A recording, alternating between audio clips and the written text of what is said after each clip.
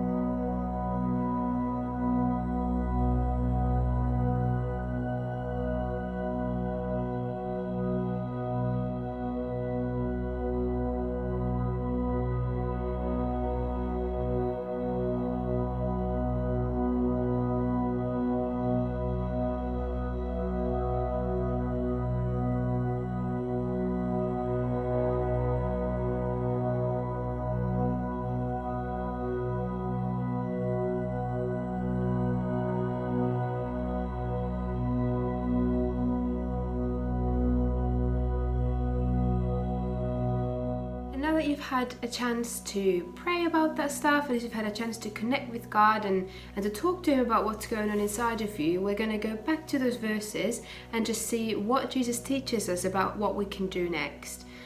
So after Jesus prayed that prayer, we see Him pray again, and He prays or ends that prayer by saying, God, your will be done and not mine.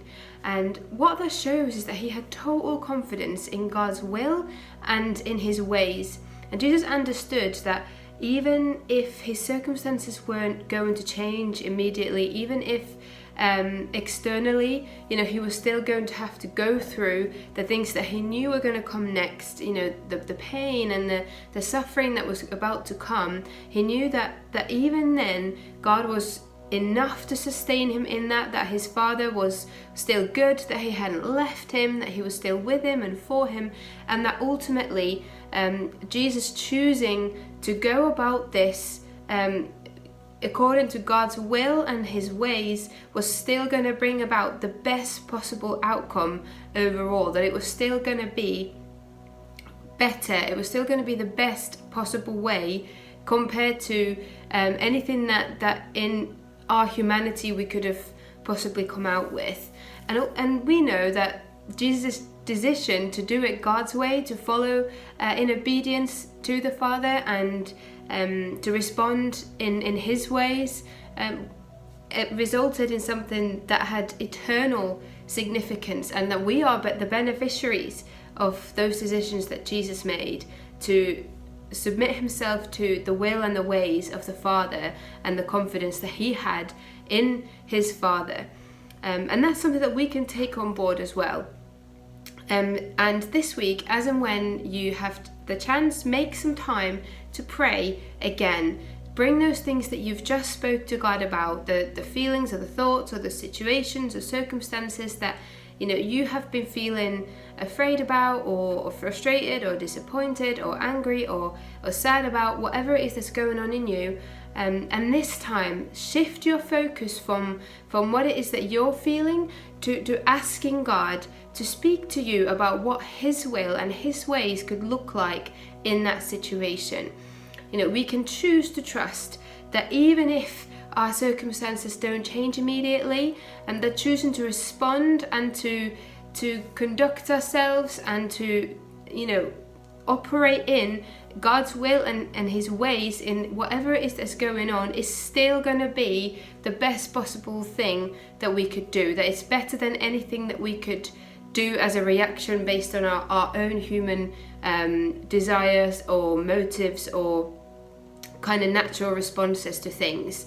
And like it with Jesus, sometimes we are the beneficiaries of those decisions immediately, and sometimes the consequences of those decisions are ones that we see later down the line. But whether, after you've prayed, even if your circumstances don't change immediately, it doesn't mean that God hasn't heard you or that He's left you or that He isn't for you. Just like Jesus had confidence in God's faithfulness, in His will and in His way, for Jesus, in the same way we can have confidence too, that regardless of whether our circumstances change immediately or not, God is with us, He's for us, He's working all things for our good. And that even in these situations that we sometimes wouldn't have asked for or that we don't understand, He can still bring about His kingdom in us and through us as we choose to follow in His ways, according to His will, according to our own. So take some time this week, pray again about the things that you've already brought to God, and this time ask God to speak to you about how He would have you handle it. What is it that He would have you do? What is the attitude that He's asking you to have? What is it that He's calling you to do in response to whatever it is that is happening in or around you? And as and when God speaks to you, if you feel comfortable to, and if you think it would be helpful, share some of those stories with other people so that we can all be encouraged by the things that God is doing in you and through you. If you're not part of our community and this seems unfamiliar to you and you're not entirely sure how to do any of these things, or you need to know more information, you can just contact somebody who already knows Jesus and ask them to help you figure some of these things out or to pray with you, and I'm sure they would be happy to do that. Well, I hope that you all have a really good week. I hope that you're getting connected and that you have lots of opportunities to share with each other about what it is that God is doing and to support and encourage each other. And I hope to see you soon.